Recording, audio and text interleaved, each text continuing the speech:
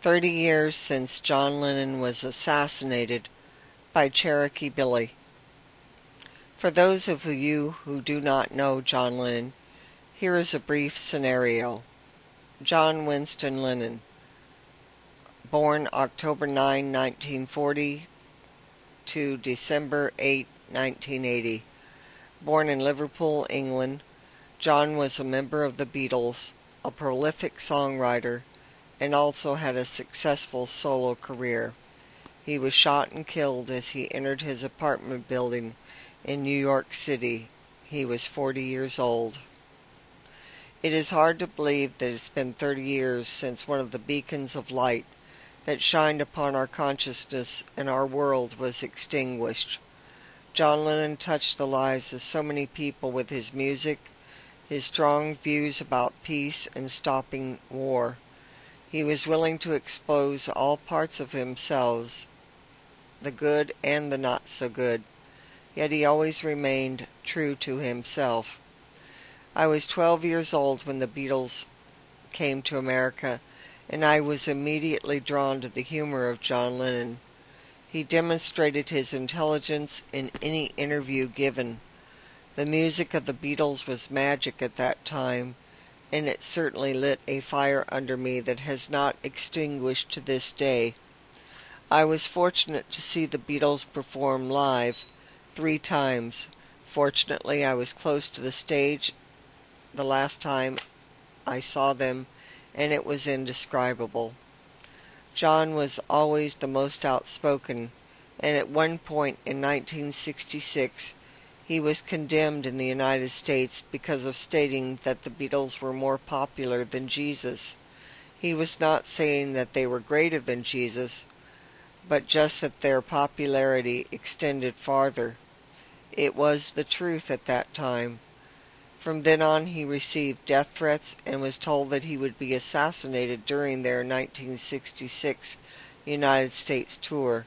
This is one of the main reasons the Beatles stopped performing live. Fame was a great pressure on John, and he looked for other avenues to explore, having conquered the world. He discovered LSD and used it to open up his creativity. From there he discovered meditation and went to India to practice and learn from a master. He met Yoko Ono, and they fell in love even though they were both married at the time. He felt Yoko was his soulmate, and they were together until the end of his life. They started a movement for peace and love. He gained new world recognition for his peace movement and his views against all wars. He expressed his views through his music, and many people paid attention. His goal was to have people get along and follow the path of love and peace. For a time, John went into seclusion, but in 1980 he was making a comeback with a new album, the first in 5 years, and ready to get back into his many causes.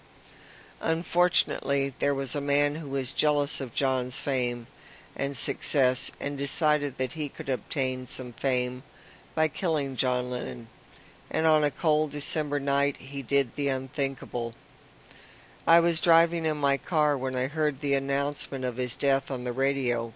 It was surreal. Was I having a nightmare?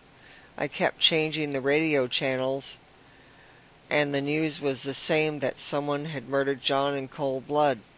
How could John Lennon be killed so senselessly? The irony of his violent death shocked the world. The man who had delivered so many messages of love and peace had been taken out in such a violent manner. It was just unthinkable.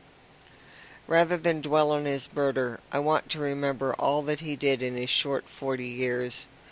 He definitely kept me aware of what was going on in the world through his music and his peaceful demonstrations. He gave a voice to the consciousness that so many were feeling, and unable to find the words or ways to express it. John did. This year holds so many memories of John because he would have turned 70 years old, and 30 years since his death. Ironically, he was killed on the birthday of Jim Morrison, singer, songwriter, and poet of the Doors, who, if he would have lived, would be 67 years old this year. So many brilliant men have gone, but their words and music live on. Each year new people discover John Lennon for the first time. In Havana, Cuba, they have a wonderful bronze statue of John Lennon sitting casually on a park bench as though he is observing those who pass by. Recently, a teenager in the Dominican Republic asked me if I knew who John Lennon was. I just had to smile at that question. Worldwide he is loved. His legacy will never be forgotten.